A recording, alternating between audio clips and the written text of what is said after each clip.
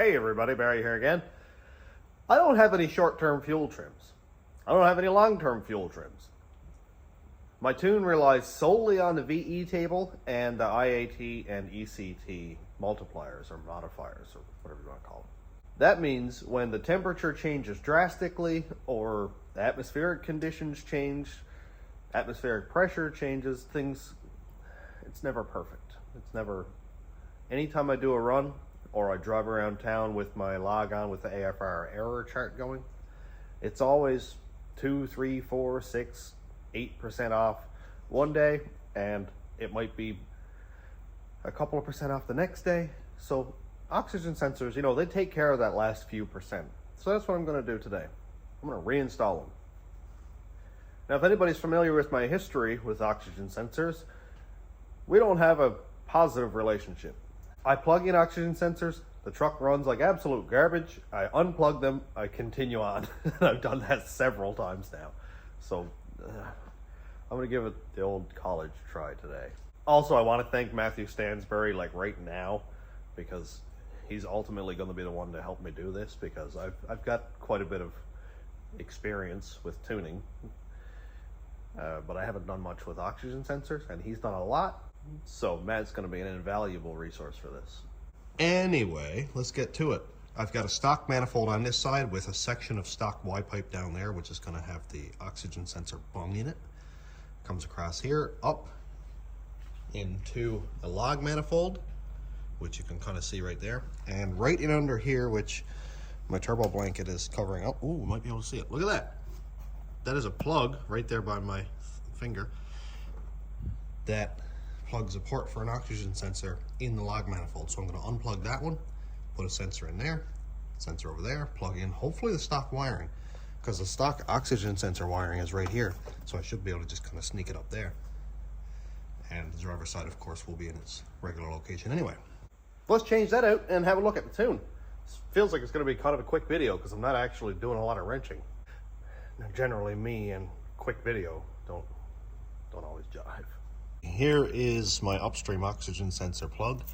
Admittedly, I never intended on actually using it, so I just left it open, which was not a great idea. This is the downstream, so I'll probably just pull that out of it later on. I just got to pop this little plug piece out right here, and there's a couple up there, and just push the wiring up through. We'll do that after. And here is the driver's side plug right there. Here are the oxygen sensors. They're both same for the upstream. They're Bosch sensors, and hopefully they work this time. There's the bung that I need to get at. It's kind of a harsh spot, but I should be able to get a ratchet in this way and just kind of unscrew it there. Oh, and hey, we can see the other oxygen sensor spot through the wheel well here. Man, there is one thing that I have to fix quickly before I continue. It's been annoying the life out of me. I've got a little tiny exhaust leak right here, but I just looked, and do you see all that soot? Yeah, that is annoying. I need to fix that. Nice thing though is when I put this together, I kind of thought that I might have issues, so I just need to unbolt this clamp. There's 3 bolts up there, and I can just pull that section of Y-pipe off.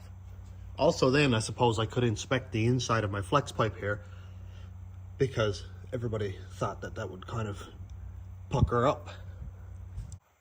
Well, I just realized after trying to get this pipe off that my whole V-band can move up there.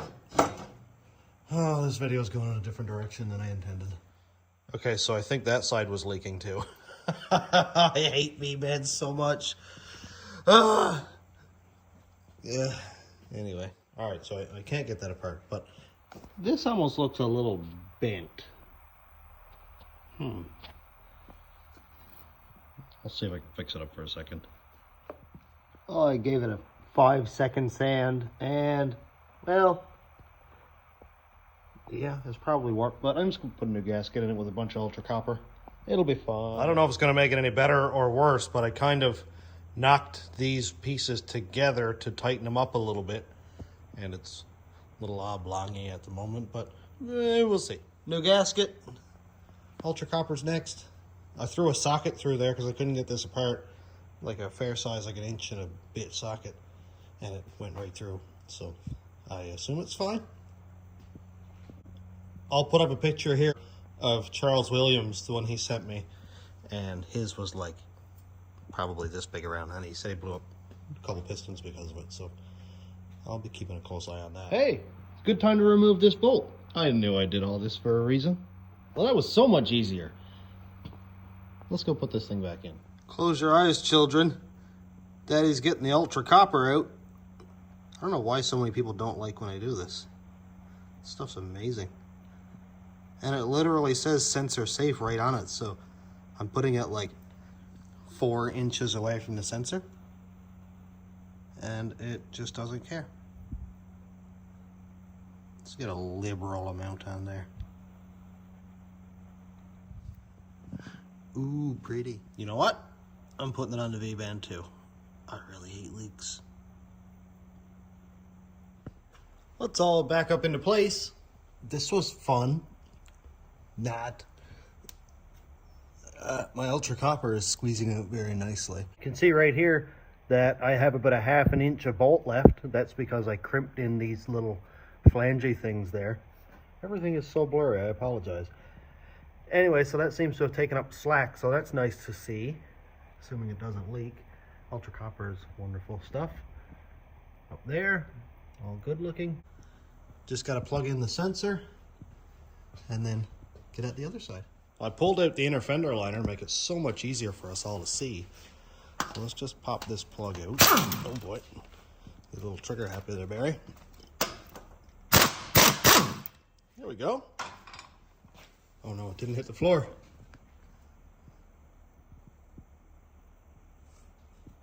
But where did it go? Oh boy. Oh yes, very good.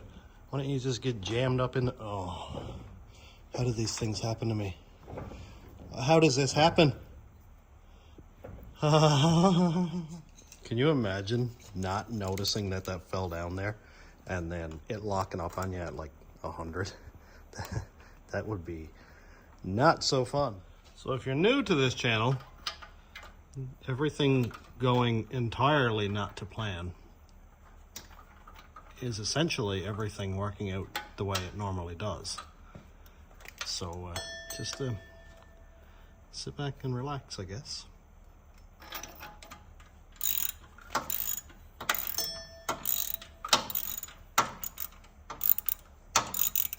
Now hopefully it works in this location and doesn't overheat the sensor. A lot of people say it'll over-pressurize the sensor or something like that. I understand turbos create back pressure on the hot side. I know that. I didn't know that was detrimental to sensors. But I mean, I'm going to try it anyway. If it does break, then well, I'll move it further down into the downpipe after the turbo. But I think sensors rely on exhaust heat to work well also, to burn carbon and stuff off. So I'm just going to try it here anyway. And if it doesn't work out, I will let you guys know. All right, so here's the wiring. It will work absolutely fine. Now, I've got a lot of extra wire up here that I don't need. And instead of just cutting it off right now, I'm going to kind of tie it up like this out of the way. I know it looks kind of trashy, but I don't want to go cutting off oxygen sensor heater wires and stuff for those downstreams. I'd rather have it left like it is. But essentially, all I need is this.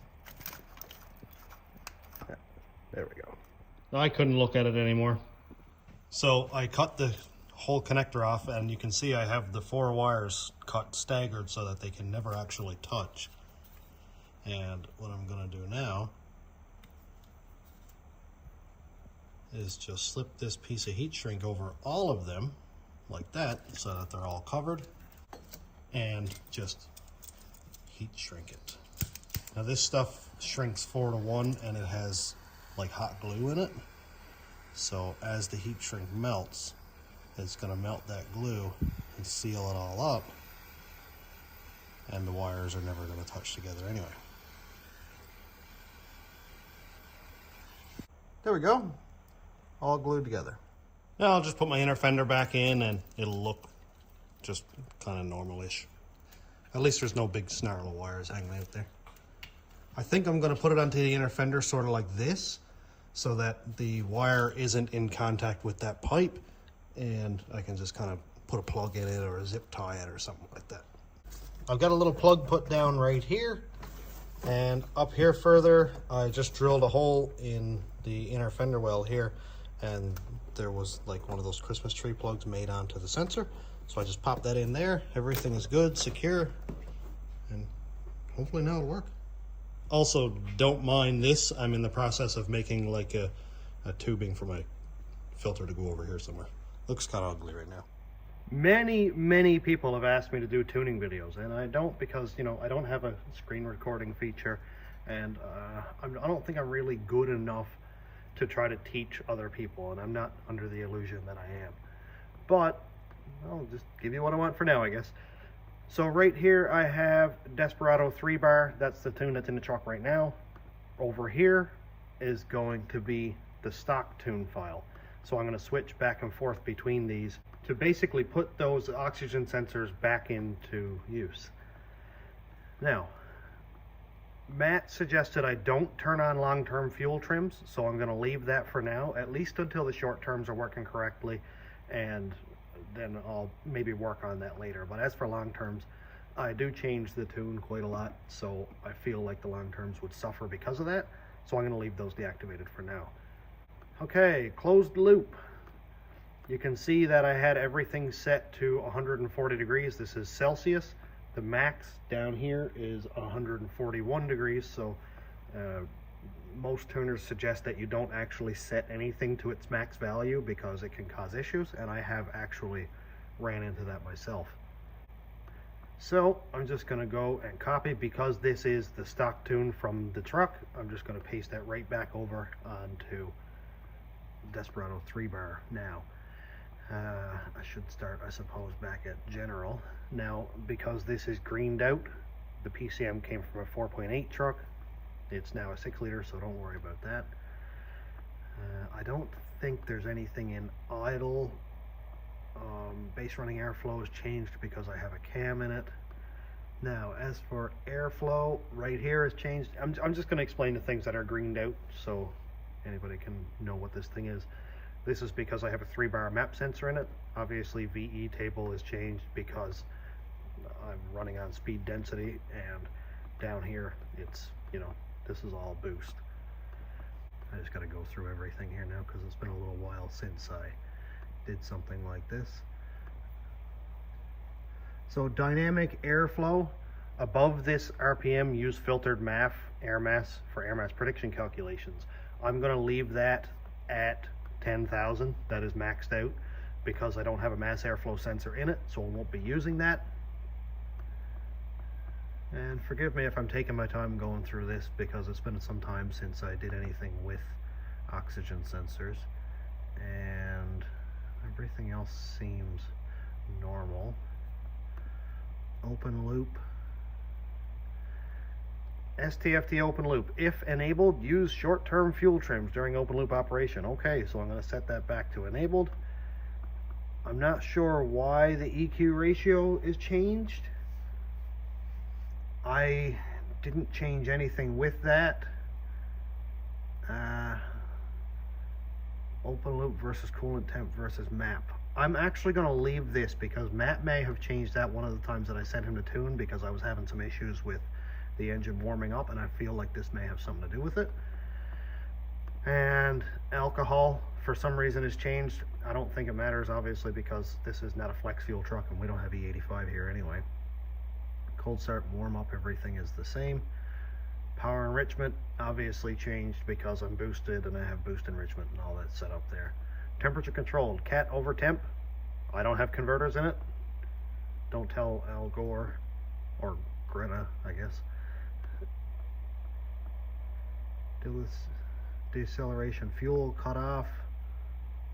Huh, that's funny. I didn't know this truck came with deceleration fuel cut off. Usually that's always disabled in these trucks, but I'm not going to enable that unless anybody tells me otherwise and gives me a really good reason, because I think pulling fuel out while it's decelerating could potentially be dangerous.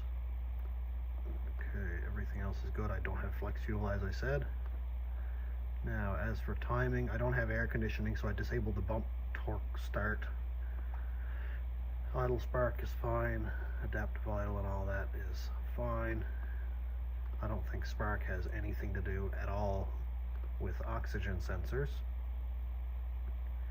Torque management is fine. Now as for engine diagnostics, oh no, I'm going to have to open up the tune file in a separate window by the looks of it. Let's see. Alright, so I go under engine diagnostic DTCs and I can't get any of these to show up from the original tune file.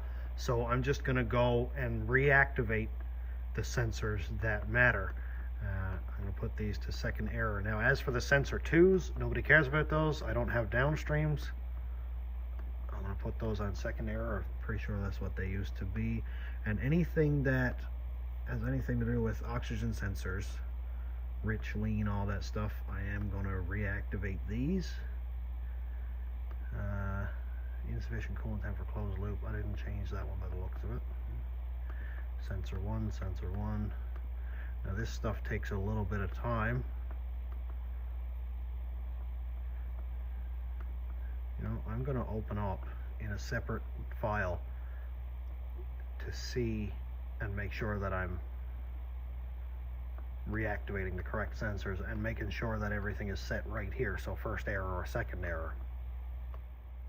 Alrighty, so this is Desperado stock tune file. I have it opened up in its own window. Come on, work. DTCs, look at that. Alrighty. Now, everything here, so the heated sensors, sensor 1 and 2, are on second error. If I roll down here, everything that you can see over here, all of these across here are oxygen sensor codes. They are all mil on second error.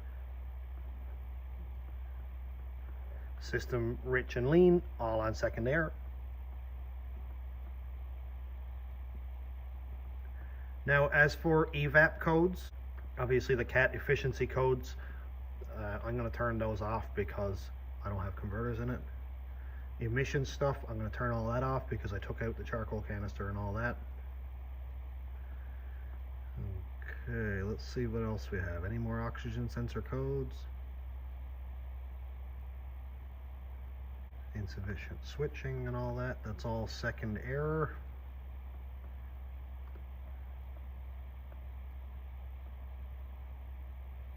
And that's pretty much it. So I'm just going to go ahead and close this tune file because I already know that everything is mil on second error.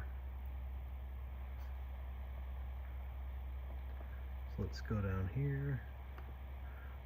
That is sensor 1, sensor 1, sensor 1, and sensor 1. This is just bank 2 I'm clicking on here, and I will go and switch those. I'm so used to turning the sensors off that I'm going right down to no error reported.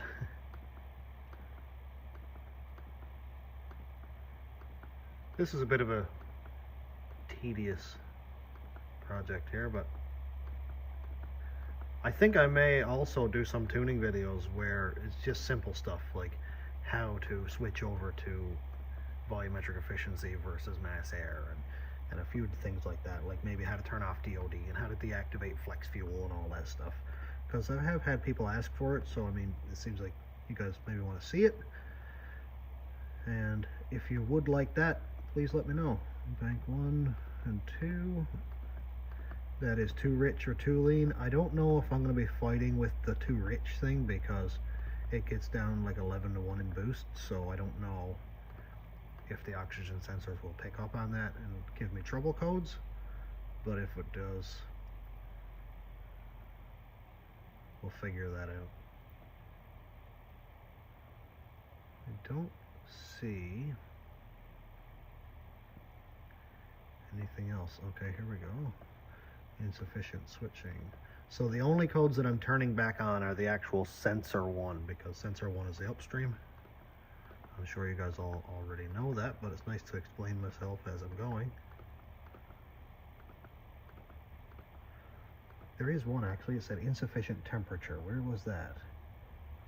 Insufficient temperature for open loop, I think it was. or closed loop or something like that. So this is sensor 2. Don't care about those. I'm going to leave those off because all they're going to do is turn on the check engine light. And if anybody sees anything here that I missed, please comment and let me know. Map sensors. I'm just going through this just to double check everything again. I did try to do a video once like this where I used screen record on my computer here, and it worked really well. But I downloaded a video editing software, and it actually crashed this computer, and I had to go and get it fixed. So I'm not going to do that again. I'll just do it with the tripod for now. Where is that insufficient temperature? Oh, here we go. Look at that. Insufficient coolant temp for closed loop fuel control. Let's turn this on and go down to second error. Now, I don't know if this is going to cause me trouble or not, because I have a 160-degree thermostat in it, and I let it run up to around 180, 185-ish. And let me see, actually, if that's a thing, if I can set the closed loop or not. The temperature for closed loop. Closed loop enable IAT. So this is Celsius. Fahrenheit is 131 degrees. So it'll, yeah, it's absolutely going to get up to that high anyway. Now when it's minus 20, it has to get to 168 degrees, 177. So the only place that it's not going to work right is right here at minus 40 degrees Fahrenheit, which is minus 40 Celsius. So if it ever gets that cold, I'm moving. So I'm going to save this as a separate tune file and call it Desperado 3-bar speed density STFT enabled. And I'm going to send that tune to Matt. He asked me if I could send it to him so he can take a look over it to make sure I have it done correctly. And I think that should do it. And now we'll go over to VCM Scanner, and I'm going to add a couple channels here. Let's go STFT, bank 1, bank 2, oxygen sensor voltage, bank 1 sensor 1, and bank 2 sensor 1. And I guess that will be all. Again, if you have any suggestions, please let me know.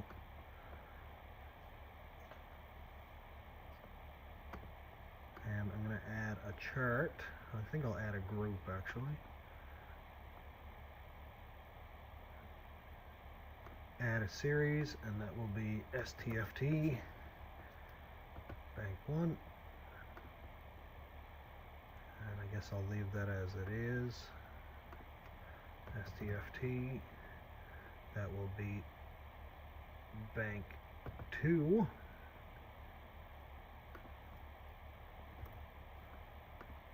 Add O2 voltage, bank 1 sensor 1, another O2 voltage, bank 2 sensor 1.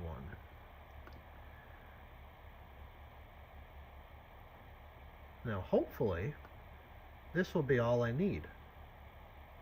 Again, if you have any suggestions on charts or graphs or PIDs or anything like that that I should have, please let me know. I'm going to go ahead and write this tune, and we'll check back and fire it up. I'm not exactly sure what's going to happen, but let's try it out.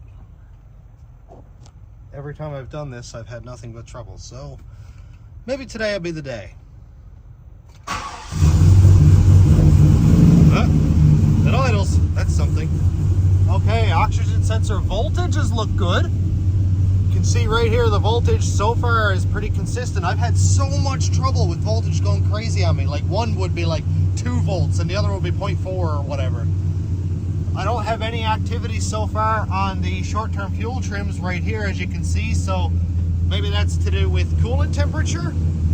Not exactly sure, but if we look over here, it's It's a bit rich. Now, the engine shouldn't be cold because it's been parked inside the garage, but coolant temperature is 75 degrees Fahrenheit. So it's not real warm. Oh, look at this. We're starting to get some fuel trims. Maybe that's because it's got to the correct coolant temperature. So the voltage right now, 0.7, 0.8. Engine sounds good. Air fuel right here is 14.7 on this sensor. And oddly enough, we're at 16, 17 over here. So I don't know. They never agree. I don't know why. It's incredibly annoying, I have to say. My AFR error is actually plugged to this sensor. So I'm wondering if right now the oxygen sensors are affecting the air fuel, which I assume they are, obviously. Stoic is 14.7, and this sensor is tagging right around 14.5, 14.7, 15. So to be honest, I think this may be the accurate sensor. And this sensor is just out to lunch, so I think my truck may be incredibly rich when I'm down into like 12.2 on this sensor. I know it doesn't make any sense if you're new here, but I've had issues with these two sensors not communicating whatsoever. But it is beautiful to see that these two sensors are doing something. It's pretty wild, actually. I just want to let it warm up on its own now and see what happens, because this is kind of cool. I wonder how it's going to react into boosts. We'll attack that when we get there. But the sensors are at least, they're switching. That's cool. You can see the voltage going up and down. That's what sensors do. So that's really cool. I think I may end up having, if I do find that this is the case, I'm going to have to pull the dash off and disconnect the log wire or the 5-volt reference wire from this sensor and hook it back up to the AEM, because I think that's a good sensor. Beautiful. Look at that, man. Truck sounds really nice.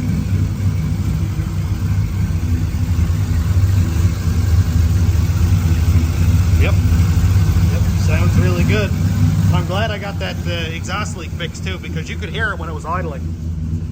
It actually almost sounded like a rod knock, oddly enough. Switching still looks good. I wonder if I might have it this time. I really hope so, because this is awesome. You would not believe how stoked I am that this is actually working. I know I still have work to do with the tune. I know I've got to tune that open loop and closed loop and short terms and all that stuff. I've still got to work on that tune, but it's a start. And oddly enough, it smells different. Is that normal? Maybe it's because it's not like stupid rich anymore. It's making lots of water. Look at that. Look at the water just pouring out of the exhaust. That's awesome. Let's open the cutout and see if it makes a difference for the air fuel on the cutout open. I doubt it will, because the cutout is downstream, but let's just see. I can't tell, it's all switching anyway. I just wanted to open the cutout and see how it sounds. It's cool that some of the exhaust still comes out of here, because the cutout is kind of like a bypass thing. But it sounds good.